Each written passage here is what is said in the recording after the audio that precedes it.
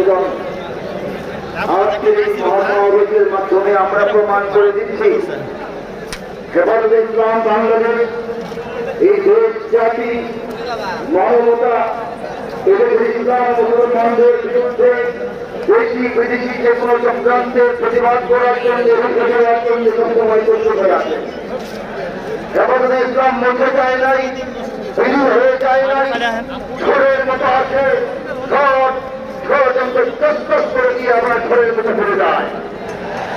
আজকে বাংলাদেশের প্রত্যেকটা সীমান্ত আমেরিকা, চীন, ইন্ডিয়া সহ পৃথিবীর আধিপত্যবাদ সাম্রাজ্যবাদী শক্তির বিরোধী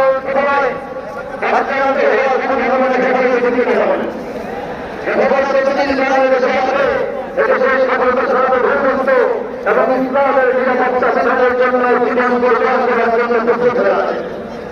এমনকি শহীদের তুলে দিয়ে আমার বক্তব্য শেষ করছি। বাংলার ইতিহাসে